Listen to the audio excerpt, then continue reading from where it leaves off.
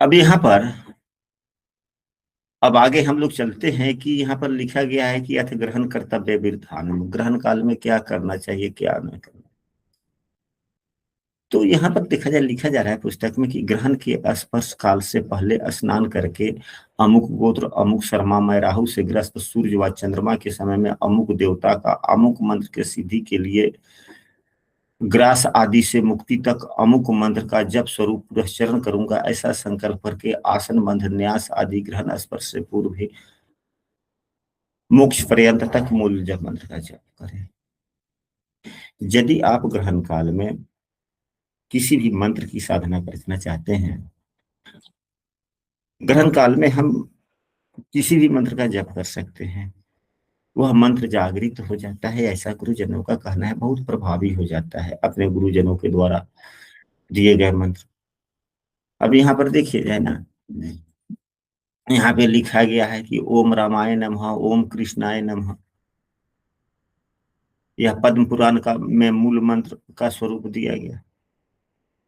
हम कोई भी मंत्र जो हमें गुरुजनों से मिला है उस मंत्र का, या हम अपने इष्ट देवता का, यदि हम मंत्र का जप करते हैं उत्तम है। तो जप करने से पहले ग्रहण के स्पर्श काल के यहाँ पर कब हम करें, ग्रहण के में यदि हमें जप करना है तो क्या करें, तो ग्रहण के स्पर्श काल के पहले ही स्नान करके, ये नहीं कि स्पर्श काल शुरू हो गया तब नहीं, स्पर्श काल से पहले ही स्नान करें, हाथ में जल ले। अब जो ग्रहण हो, चंद्र ग्रहण हो सूर्य ग्रहण हो, वहां पर बोलना है। हिंदी में भी बोल सकते हैं, संस्कृत में भी बोल सकते हैं। हिंदी में बोल सकते हैं कि मैं आज अपने घर पर, अपने निवास स्थान पर, या आप जिस स्थान पे हैं वहां इस सूर्य ग्रहण में मैं कौशिक गोत्र या जिस गोत्र के हैं वो गोत्र अपना नाम इत्यादि का स्मरण करते हुए मैं अपने इष्ट देवता की प्रसन्नता हेतु, या मैं अपने कुल देवता की प्रसन्नता हेतु, या हम भगवान की प्रसन्नता हेतु, जिस भगवान को प्रसन्नता हेतु, जिसका मंत्र है, मंत्र के जो देवता है उन भगवान की प्रसन्नता हेतु मंत्र का नाम लेना है अंतर्मन से। अब यहीं पे यदि आपका मंत्र ओम रामाय नमः है, तो ओम रामाय नमः मंत्र की सिद्धि के लिए मैं ग्रहण काल के शुरू से लेके अंत तक इसका मैं जब पुरस्चरण विधि से करूंगा, ऐसा कर दीजिए। और यहां पर दिया गया पुरस्चरण करूंगा, इस शब्द को समझा जाए, यहां पर लिखा गया है पुरस्चरण करूंगा, तो इसी पुस्तक में पुरस्चरण की विधियों के बारे में बतलाया गया है। पुरस्चरण जब 5 विधियां करते हैं तो पुरस्चरण होता है, जब भी करना है, होम भी करना है, जब भी करना है, होम भी करना, होम भी करना है। तो अब यहाँ से क्या स्पष्ट होता है कि क्या हम ग्रहण काल में होम कर सकते हैं कि नहीं कर सकते हैं। इससे तो ग्रहण काल में होम कर सकते हैं। मतलब यहाँ पर लिखा गया है कि ग्रहण काल में पुरस्चरण करें। यहाँ पर देखिए ना, ग्रहण कर्तव्य विधानम में लिखा गया है, यहाँ संकल्प भी हो रहा है।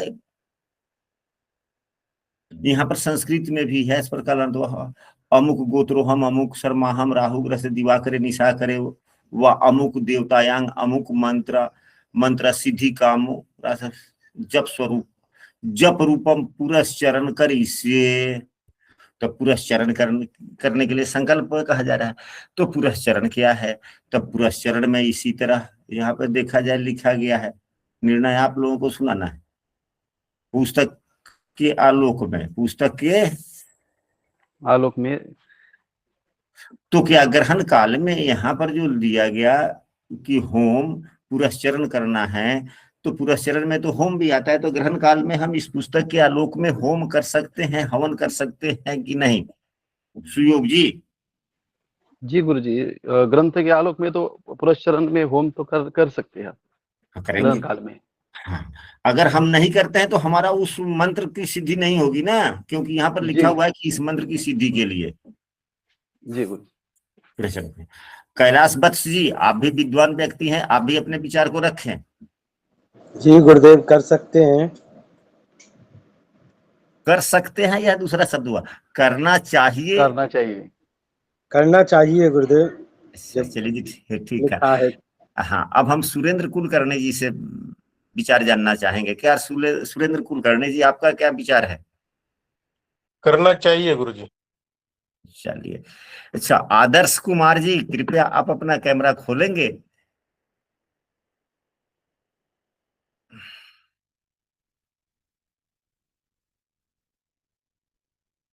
अब यहाँ पर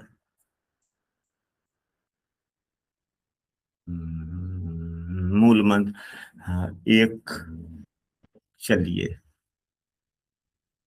यहाँ पर जो दिया गया मूल मंत्र क्या होता है, एक यहाँ पर तारांकित है। तो यहाँ पर पद्म पुराण में मूल मंत्र का स्वरूप,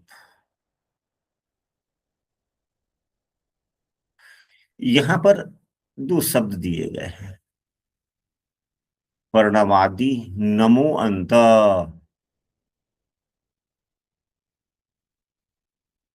प्रणव यानी कि ओम, नमः अंत में हो गया, बीच में जिस देवता का आप नाम, जिस देवता का आप पूजा कर रहे हैं, मंत्र का पाठ कर रहे हैं, उस देवता का नाम बीच में।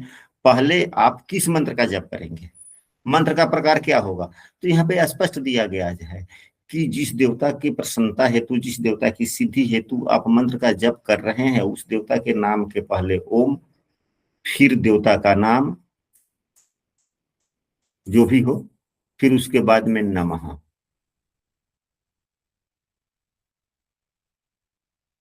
अगर शंकर जी का तो ओम नमः शिवाय नमः, शिवाय नमः। ओम नमः। यहाँ पे अंत में नमः दिया है ना। जी।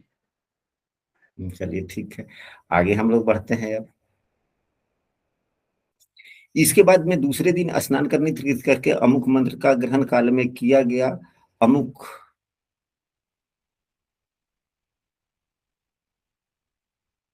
अब इसके बाद में यहाँ पर दिया जाए है, देखिए, इसके बाद दूसरे दिन आदि नित्य कृत करके अमुक मंत्र का ग्रहण काल में किया हुआ अमुक संख्यांक पुरस्चरण जप की सफलता हेतु जप का दशांश होम, होम का दशांश तर्पण, तर्पण का दशांश मार्जन, मार्जन का भोजन करूंगा, ऐसा संकल्प करके अथवा होम आदि के चतुर्गुणित द्विगुणित जप करें। अब यहाँ पर स्पष्ट हो गया।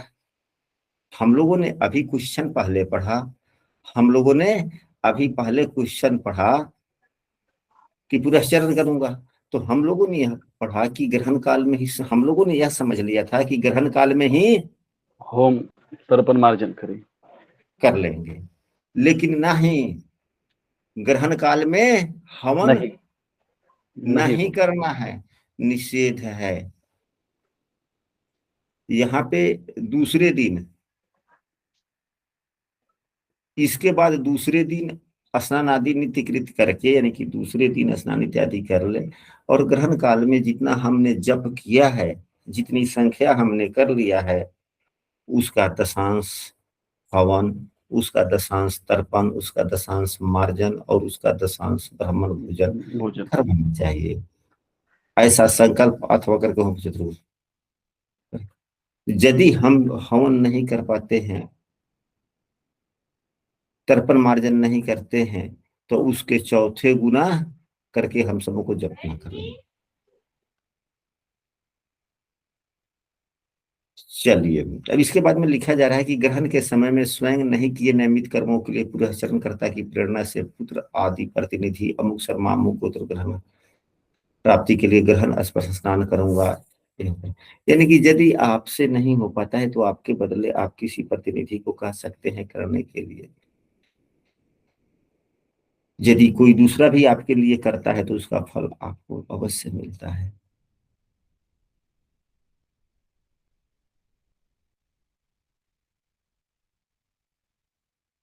पूरा अब यहाँ पर दिया जा रहा है आदि को पुरस्चरण नहीं करने वाले भी।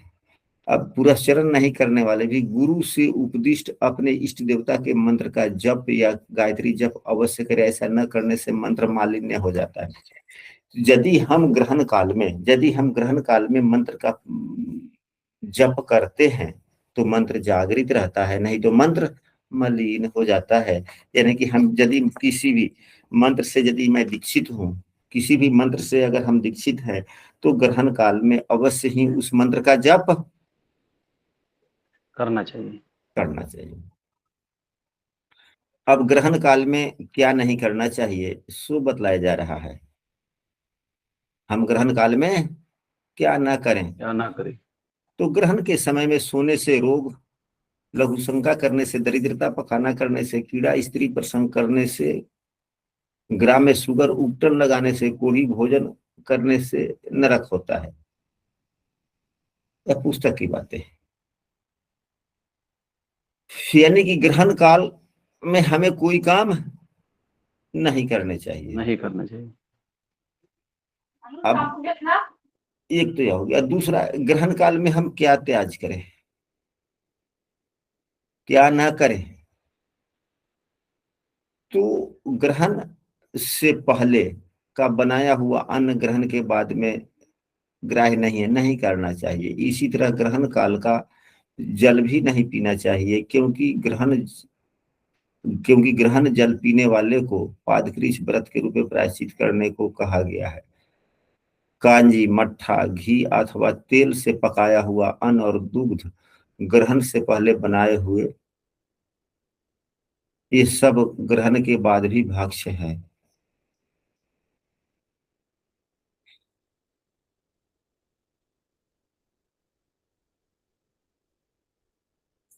यानी कहने का मतलब यहाँ पर हम लोगों ने पढ़ा कि यदि जल से कोई वस्तु बना हुआ है खाने पीने के लिए, जिसमें जल का उपयोग होता है, जैसे चावल हुआ, रोटी भी पानी के इति करके तवा पर बनाया जाता है, उसमें भी जल हो गया। लेकिन यहाँ पर लिखा गया है कि कांजी, मट्ठा, घी अथवा तेल से पकाया हुआ अन्न और दुग्ध ग्रहण के पहले बनाए हुए, ये सब ग्रहण के बाद भी भक्ष्य है। यानी कि खीर और बना हुआ है, तेल में और भी बहुत से सामग्री बने हुए होते हैं, वह हम क्या कर सकते हैं, भक्षण कर सकते हैं ग्रहण के भक्षण बाद। कर सकते हैं। लेकिन यहाँ पर लिखा गया है घी या गोरस में सिद्ध किए हुए वस्तुओं में ग्रहण के समय में कूश डाल दे। ग्रहण के समय में कुछ डाल दे। कूश डाल दे। यदि कोई वस्तु है, घी है इत्यादि है, या तेल में पका हुआ वस्तु है, उससे पहले हम ग्रहण शुरू होने से पहले हम कूश डाल दे। अब कहीं कहीं कूश नहीं मिलता, कहीं कहीं कुछ नहीं मिलता। तो फिर क्या करें। तो 8 प्रकार के कूश होते हैं, 9 प्रकार के। ये जो दुर्वा है ना, जी। यह भी कूश ही है, कूश की ही एक प्रजाति है।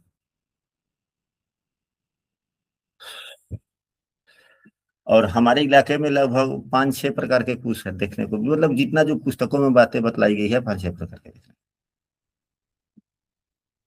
इकड़ी है, खर है, पतवार है, कुछ बहुत सी चीजें हैं जो, लेकिन उस सभी प्रजातियों में जो कूश है वह सर्वोत्तम है। ये हुआ। चलिए, तो आज की कक्षा में हम लोग यही रखते हैं। अथ ग्रहणे त्याज्यानि, यहीं तक हम लोग रखते हैं।